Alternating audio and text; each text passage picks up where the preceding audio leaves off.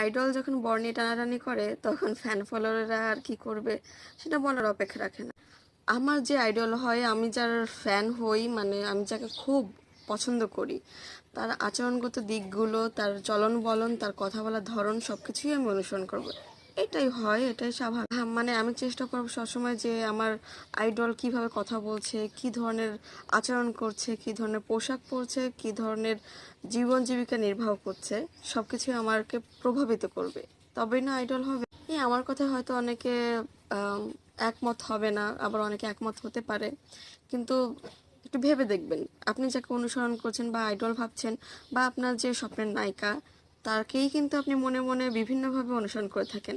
ব্যাপারটা এরকম যে, আরে ও ওরকম পোশাক পরেছে, ইস কি সুন্দর, ওকে ভালো লেগেছে, তাহলে আমাকেও ভালো লাগবে।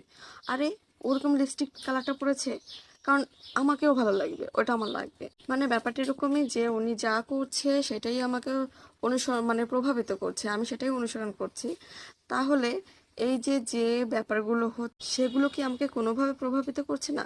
আমার মনে হয় করছে। দেশে একজন শিক্ষিত নায়িকা যে কিনা কথায় কথায় শিক্ষিত দাবি করে, মানে কথায় কথায় সে শিক্ষিত, সে দাবিটা তো প্রথম জীবনের আচরণটা কি শিক্ষিতার মতো করেছে, এখন যেমন শিক্ষিত হয়ে সবকিছুতে নিজেকে চাপিয়ে রাখছে, সব কথা থেকে নিজেকে বিরত রাখছে, কিন্তু প্রথম জীবনে যে ভুলটা করে ফেলেছে সেই ভুলটার খেসারত তো দিতেই হবে ভাই। একজনের বর নিয়ে টানাটানি করলাম, এরপরে আমি দাবি করলাম আমি শিক্ষিত মানুষ, আমি মার্জিত মানুষ, আমি মার্জিত কথা বলি। হ্যাঁ, আপনি অবশ্যই এখন মার্জিত কথা বলছেন, কিন্তু সময় থাকতে তো করেননি, মার্জিত আচরণটা করেন। আর এখন কি করছেন? এখন করছেন কি, আপনার ডিভোর্স দেওয়া হাজবেন্ড নাকি আপনার হাজবেন্ডই না, মানে এটা মানে মজা হচ্ছে না মানুষকে নিয়ে। এরপর আসি আর একজনকে নিয়ে, তাকে বিশাল অ্যামাউন্টের মানুষ আইডল ভাবে, স্বপ্নের নায়িকা ভাবে বা স্টার ভাবে। তো এই নায়িকার সমস্যা হচ্ছে, সে হচ্ছে ডিভোর্স অনেক আগে নিয়ে নিয়েছে, সেই 16 না 17 সালে নিয়েছে। কিন্তু নিলে কি হবে, তিনি কিন্তু স্বামীর ঘরই করছেন, একদম পাক্কা ভাবে করছেন, বাড়িতেই থাকছে, এদিক ওদিকে কোথাও যাচ্ছে না স্বামীর ঘর ছেড়ে।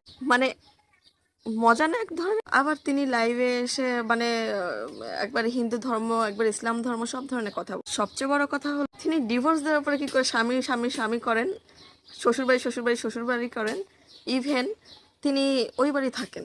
মানে একটা সিরিয়াল সিরিয়াল ব্যাপার হয়ে যাচ্ছে না। আগে জানতাম সিরিয়ালে এসব হয়, এখন দেখি বাস্তবে হচ্ছে। মানে সিরিয়ালও মানুষের জীবনকে প্রভাবিত করতে পারে, সিরিয়ালের মতো লাইফস্টাইল মানুষ লিড করতে পারে, এটা আমি ভাবার বাইরে ছিলাম, মানে আমি ভাবতে পারিনি। তাহলে এই যে আইডলরা, এরা কি কি কি প্রমাণ করতে চায়, মানে এদের দেখে মানুষ কি শিখছে?